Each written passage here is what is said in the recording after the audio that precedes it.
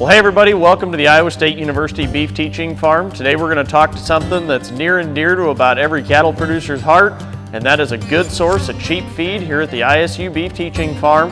So these cover crops that we're going to talk about here today cover quite a few goals for us. Cheap feed, good place for our cattle, and a lot of soil health benefits. We're going to talk to you about those coming right up.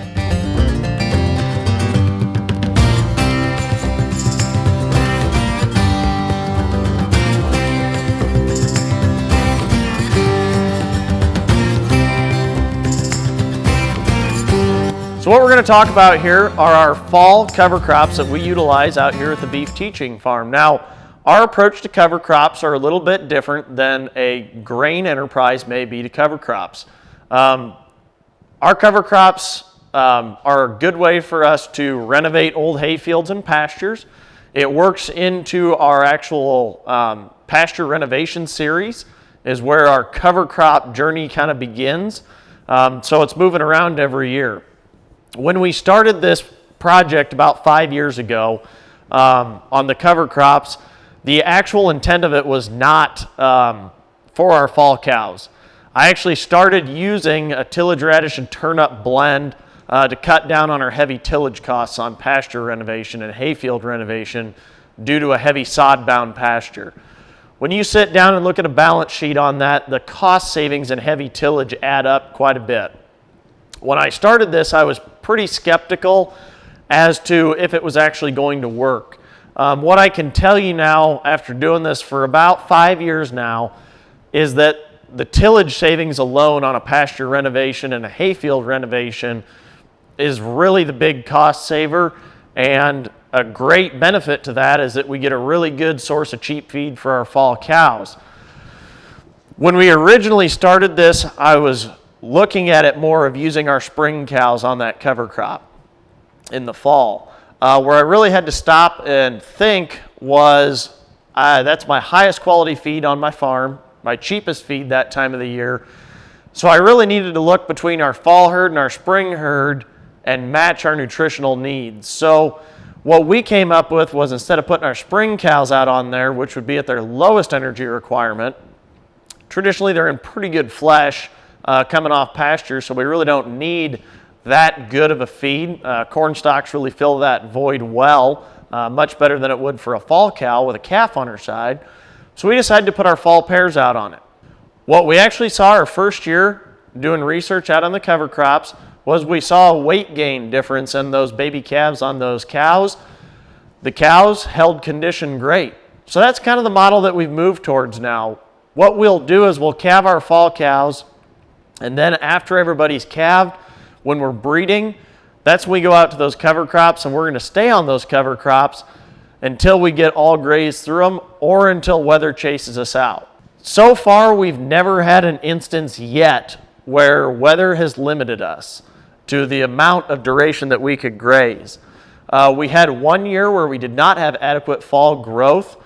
We still utilize those cover crops, but what hurt us was we were actually too wet that year. That was 2 years ago. This year we're in a little bit different scenario. We like to get those cover crops in a hayfield or a pasture, and we'll put them in at the middle to first part of August, following a herbicide burn down program is where we'll put those in at. I want to get them in at that time so that I've got adequate growth. The key to it is I can't get them in too early, because if I get that growth, those brassicas will then bolt or try and put on seed. And I don't want that. I want them to stay vegetative and get a lot of top vegetation on them. So what we'll do is we kind of shoot for that window. This has been 2020, so everybody knows that we didn't have a lot of moisture here. So when we go out and actually look at this, keep in mind that this crop has had the same amount of growing days that we normally would have had, but we have quite a bit less growth on these crops, and actually some management differences in one of these fields we're going to look at is very evident due to grazing pressure on a summer annual crop ahead of it is one of them we're going to look at. And we just didn't have enough water to get adequate growth this year, but we're still going to be able to go out and make a lot of good use out of that cover crop for those fall cows. So when we go out there, I'll touch on a few things there. I'll talk very briefly on the species that I like to use. Keep in mind that a lot of these we're using for a tillage benefit as well as a cattle feed benefit. You guys can always do a quick search on the internet to refer back to our project that was done on that and refer to that information if you need it. Well, we're standing out here in one of our fields of tillage radishes and turnips. This particular blend that we are using here has purple top turnips, Dakin tillage radishes. It has some oats and a little bit of milk vetch in it. This was put in the ground about the first or second week of August. I have to look back on my dates on this field.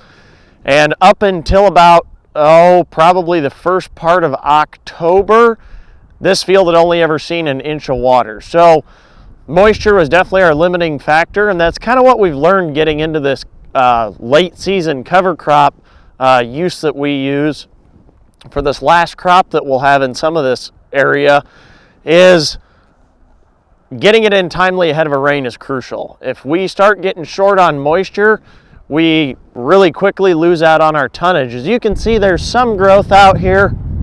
This actual center section was grazed with cows. Over there we have some area that we actually cut for hay. It was a millet crop prior to this. Our other areas we go into old hay fields or existing pastures that we're going to renovate.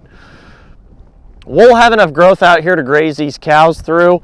This will be interesting in the spring to see how much tillage benefit we actually got from these.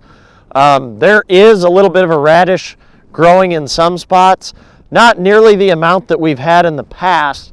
So what we're looking at here this time is more forage benefit. So we'll stock it accordingly and we'll run the cows through here really quick and get some good out of it.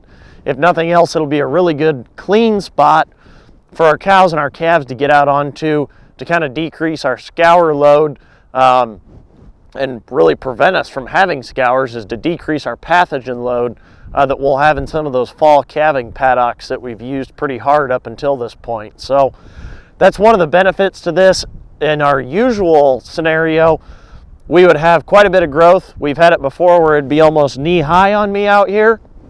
But as you can see, we've had some pretty good frosts here, and a lot of this crop is still active and growing. So the nice part about the blend that we use is it stays growing very late into the season, so we get a lot of really good high quality feed out of it. There's not a lot of tons out here, but this is about a 30-some% crude protein feed. So it works really good into a fall calving scenario. We may actually have to supplement our cows a little bit this year out here just to make sure we've got all their nutritional needs met with maybe a little poor quality hay, or even we've used corn stalks in the past to do it. But it's a great feed stuff. It's a great commodity that we've got here. And it's one of the great ways that we incorporate soil stewardship into our livestock management program here at the Teaching Farm.